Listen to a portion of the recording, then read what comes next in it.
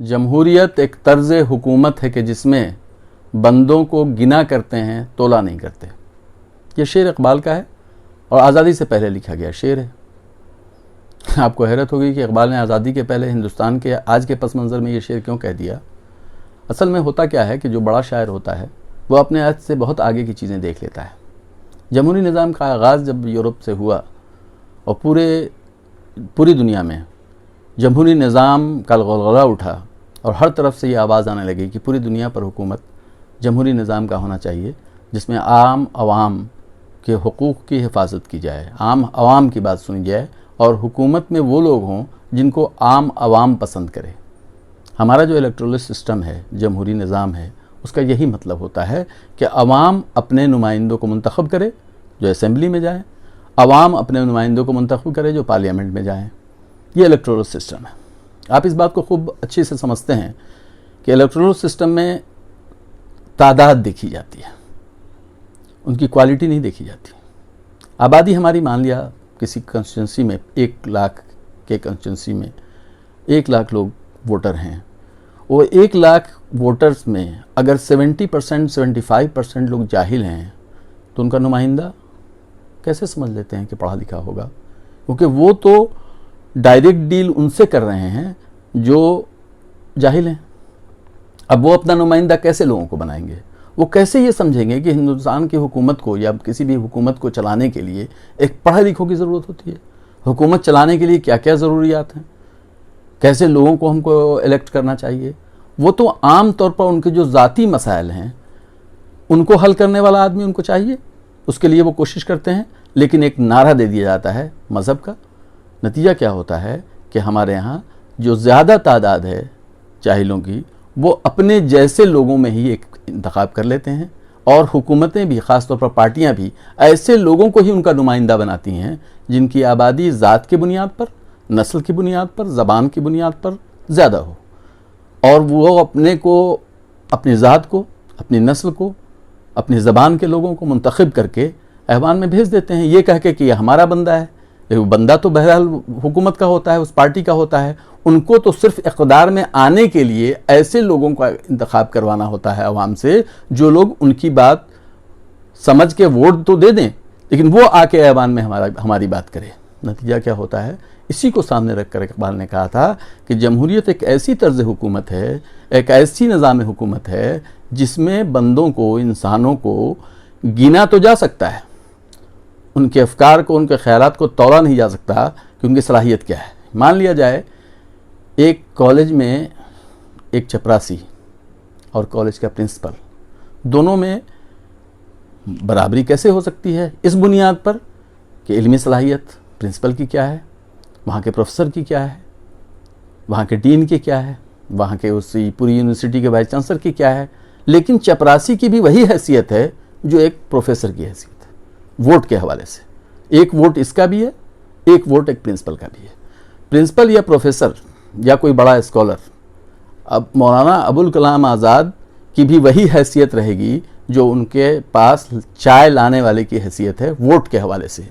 اب یہ آپ کو غور کرنا ہوگا کہ ایک بڑا اسکالر کتنے ہیں، ہماری تعداد کتنی ہے اسکالرز کی، سوچنے سمجھنے والوں کی اس ملک میں کیا حیثیت ہے، اور کم پڑھے لکھے یا جاہل لوگوں کی اکثریت ہے۔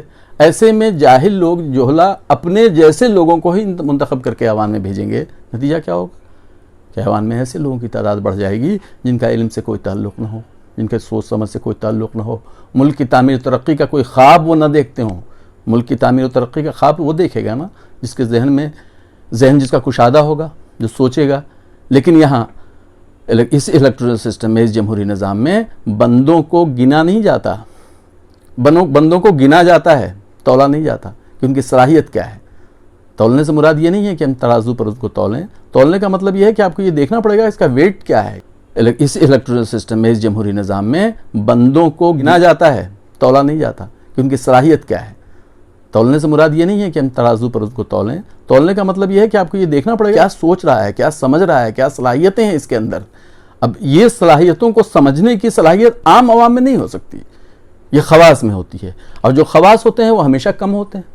پڑھے لکھے ہر معاشرے میں کم ہوتے ہیں۔ اب پڑھے لکھے جب کم ہوں گے تو ان کا منتخب کرنے والے جو ووٹر ہیں، ووٹر تو زیادہ ہے ان کی تعداد، اب ان کا نمائندہ اگر کوئی جاہلوں میں سے کھڑا ہو جائے گا تو ووٹ اسی کو دیں گے۔ ہمارے یہاں اس کی بہت ساری مثالیں موجود ہیں۔ آپ نے دیکھا ہمارے بغل کی ریاست میں بہار میں ایک حکومت آئی تھی کچھ دنوں پہلے، جس کو جنگل راج آج بہت زور زور سے کہا جاتا ہے، لالو یادو نے۔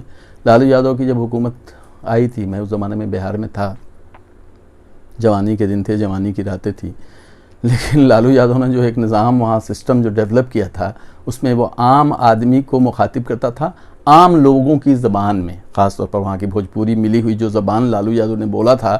آج بھی جب ہم یوٹیوب پر اس کی تقریریں سنتے ہیں تو ایسا لگتا ہے کہ دل کو مسحور کر دیتا ہے۔ اور اس نے عام عوام سے ڈائیلاگ تو کیا، لیکن ان کے مسائل کو کبھی حل نہیں کیا۔ وہ خود لائر تھے، وکالت کی تعلیم حاصل کی تھی، لیکن ان کا لہجہ آپ دیکھیں تو دیکھیں گے کہ کیسے عوام پر جال پھینکا تھا انہوں نے اپنے لفظوں کا، اور دھیرے دھیرے دھیرے کر کے ہندوستان کو، بہار کو ایک ایسے غار میں ڈال دیا تھا جہاں نہ سڑک تھا، نہ پانی تھا، نہ بجلی تھی، ڈکیتی، چوری، گھروں سے اٹھا کے لے جانا اور اس کے بدلے میں رقم لینا، قتل و غارت گری، ایک بازار گرم تھا جس کو آج ہم جنگل راج کہتے ہیں۔ تو یہ اس نظام کی سب سے بڑی خرابی یہ ہے کہ اس میں جیسے ہی ایک شاطر دماغ آدمی عوام کی اس کمزوری کو سمجھ لیتا ہے کہ عوام کس چیز سے موہت ہو جاتی ہے، کس چیز کی گرویدہ ہو جاتی ہے، ہمارے کس ڈائیلاگ کو وہ پسند کرنے لگتی ہے، اس ڈائیلاگ کو ان کے سامنے دہرا کر وہ ان کا ووٹ حاصل کر لیتا ہے۔ 2014 میں یہی ہوا تھا۔ کانگریس کے مقابلے میں جب بی جے پی آئی تھی تو اس نے ایک بہت بڑا جال پھینکا تھا کہ ہندوستان کو ہم ترقی کے اس معیار پر لے جانا چاہتے ہیں جو دنیا کا معیار ہے، ہم وشو گرو بنانا چاہتے ہیں، ہم پورے ہندوستان کو پھر ایک بار سونے کی چڑیا بنانا چاہتے ہیں۔ لیکن اس جال میں جب عوام آئی تو آج تک وہ پھڑپڑا رہی ہے۔ آج حالت یہ ہے کہ ہم کو اپنے مردوں کو جلانے کے لیے لکڑیاں نہیں میسر ہیں، زمین میسر نہیں ہے۔ آپ دیکھیں الہ آباد کے سنگم جیسے پوتر استھل پر بھی لاشوں کا ایک انبار لگا ہوا ہے۔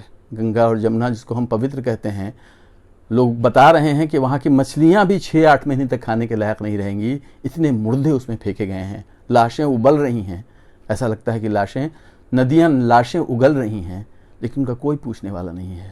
ان حالات کو دیکھتے ہوئے ایسا لگتا ہے کہ اس جمہوری نظام کو پوری طرح سے اپنے قید میں، اپنی مٹھیوں میں جکڑ لیا گیا ہے، اور اس جکڑ سے اسے نکالنے کے لیے جب تک ہم اپنا احتجاج بلند نہیں کریں گے، ہم اپنے طور پر اس پر غور نہیں کریں گے اور دیکھیں گے کہ اس کورونا کال میں ہی ہمارے بچوں کے ایجوکیشن سسٹم کا کیا حال ہے، ہمارے معاشرتی مسائل کا تو مسئلہ ہے ہی اپنی جگہ پر، لیکن اسکول سے لے کر کے کالج تک تعلیم کا جو نقصان ہوا ہے اس سال 1.5 سال میں، اس کا اندازہ آپ عمارت کے نقصان کا اندازہ کر سکتے ہیں، معیشت کے نقصان کا اندازہ کر سکتے ہیں، ہر چیز کے نقصان کا اندازہ کر سکتے ہیں، لیکن بچوں کا جو یہ تعلیم 1.5-2 سال کا جو تعلیم ہے، وہ تعلیم جو متاثر ہوا ہے، اس کا اندازہ تو آنے والے 10 سالوں میں ہوگا۔